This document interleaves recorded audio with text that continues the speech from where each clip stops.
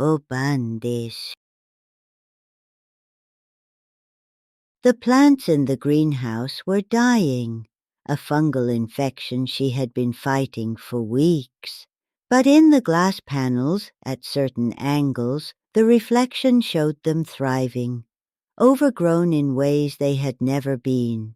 She told herself it was simply low-light distorting color, until she noticed the reflected plants were moving, growing in real time, toward something reflected in the glass that should not be there. Don't work alone in any greenhouse after dark tonight. It is time for chapter 177.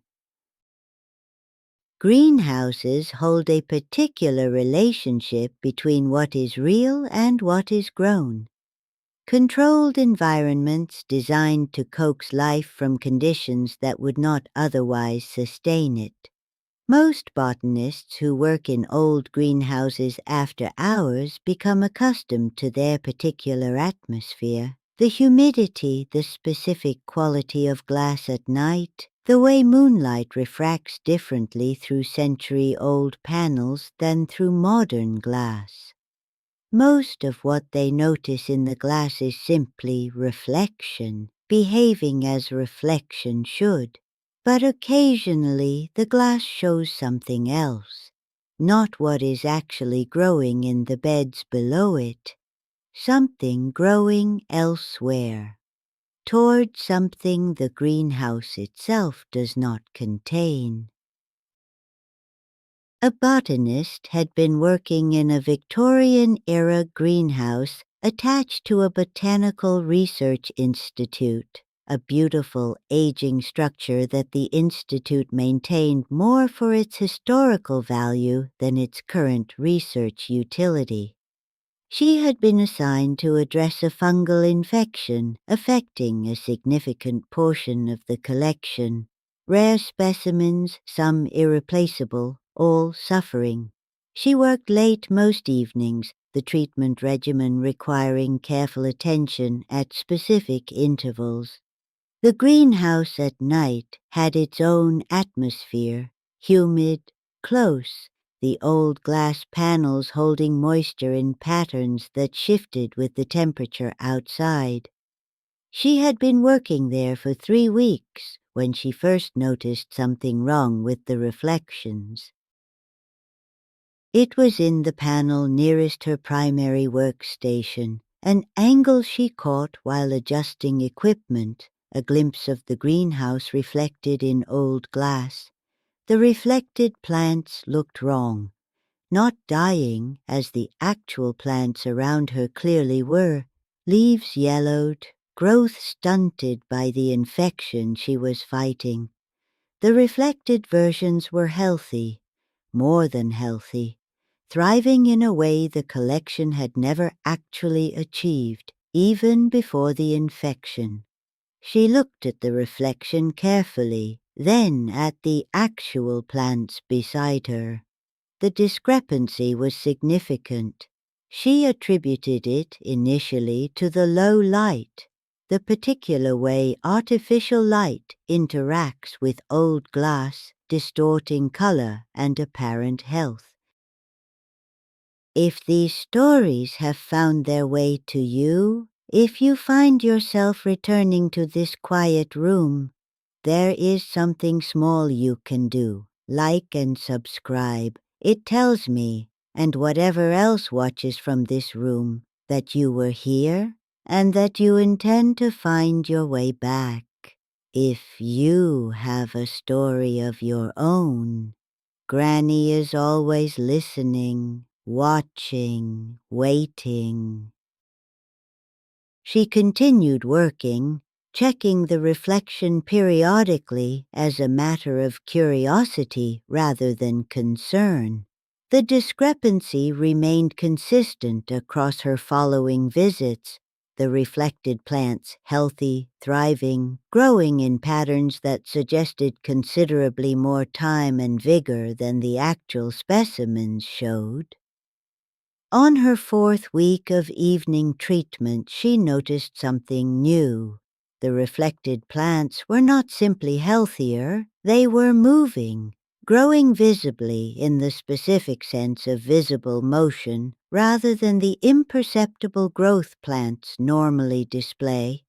Vines extending, leaves unfurling, all within the time frame of her watching. She stood very still and watched the reflection for several minutes. The growth continued, directional, purposeful, growing toward something in the reflected greenhouse that she could not identify by looking at the actual space around her. Shock coy, the glass beneath her hand when she touched the panel.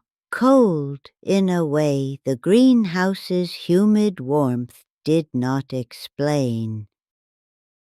I wonder if a reflection showed something growing toward a point that did not exist in the actual room. Would you follow it with your eyes to see where it led? If you have a story of your own, this quiet room has space for your experiences too. Granny is always listening. She followed the direction of the reflected growth as carefully as she could determine it. The vines, in the reflection, extended toward a corner of the greenhouse that, in reality, held nothing but an old potting bench and some stored equipment. She looked at that corner directly. Ordinary, unremarkable. She looked back at the reflection. The corner in the reflected greenhouse showed something different. Not clearly, the reflection too indistinct to resolve fully, but something occupying that corner that the actual space did not contain. A shape, still. The vines growing toward it with the specific directionality of something reaching for a source of nourishment. Izui. The specific discomfort of watching plants, even reflected ones, reach toward something you cannot identify with the deliberate hunger of growth directed at exactly the right target. You are still here. Good. Some stories need a witness all the way to the end. I wonder if something in your home's reflection was thriving by reaching toward what your actual space did not contain. Would you want to know what it had found? She did not investigate the corner directly, did not move the potting bench, did not search for whatever the reflection suggested was there, simply the particular respect that develops for spaces that demonstrate they operate according to rules you do not fully understand. She completed her treatment regimen. The actual plants, over the following weeks, began recovering, slowly but genuinely, the fungal infection finally responding to her care. The reflection continued showing its healthier, faster-growing version throughout this recovery, the two versions gradually converging as the actual plants caught up to something the reflection had apparently always known they were capable of. By the time the collection was fully recovered, the reflection matched reality again. Ordinary, simply glass showing what was actually there. Some things need somewhere else to grow first before they can manage it here. I think about what it means for something to grow better in reflection than in reality. Most of us understand reflections as passive, simply light behaving according to physical law, showing accurately what is placed before the glass. But old glass in old greenhouses, in spaces that have held life and its careful cultivation across more than a century, occasionally holds something else, a version of growth unconstrained by whatever limits the actual specimens, reaching toward whatever nourishment it needs from wherever the reflection finds it. and perhaps, in its reaching, offering something back to the real plant struggling on the other side of the glass. A model, a possibility, proof that recovery was achievable, demonstrated first in a version of the greenhouse that existed only in old glass, reaching toward a corner that held, in that reflected space, exactly what struggling things need most.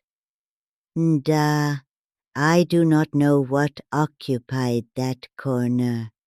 I have found across considerable time that some questions are better left to the reflection's own understanding.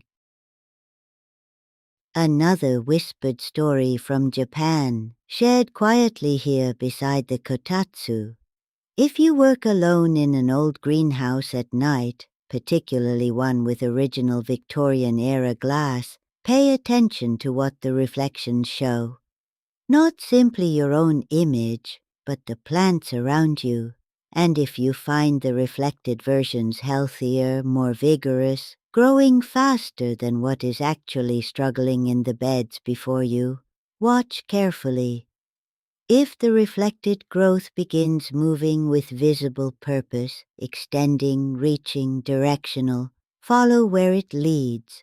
Note the corner or the space it grows toward. And if that space holds nothing you can identify in reality, do not investigate directly. Simply continue your work, because whatever the reflection is reaching toward may be exactly what your struggling plants need to recover. Occurring first in the glass, in a version of the greenhouse unconstrained by ordinary limits, before it becomes possible in the actual space you tend. Some things, it seems, need somewhere else to grow first, before they can manage it here. If this story stayed with you, if the dark or the shadow feels a little closer tonight, you know where to find me. I am always here beside the kotatsu, watching, waiting. And if you wish others to find their way here too, there is something small you can do. Like and subscribe. I would not object. And if you have a story of your own, this quiet room has space for your experiences too. Granny is always listening.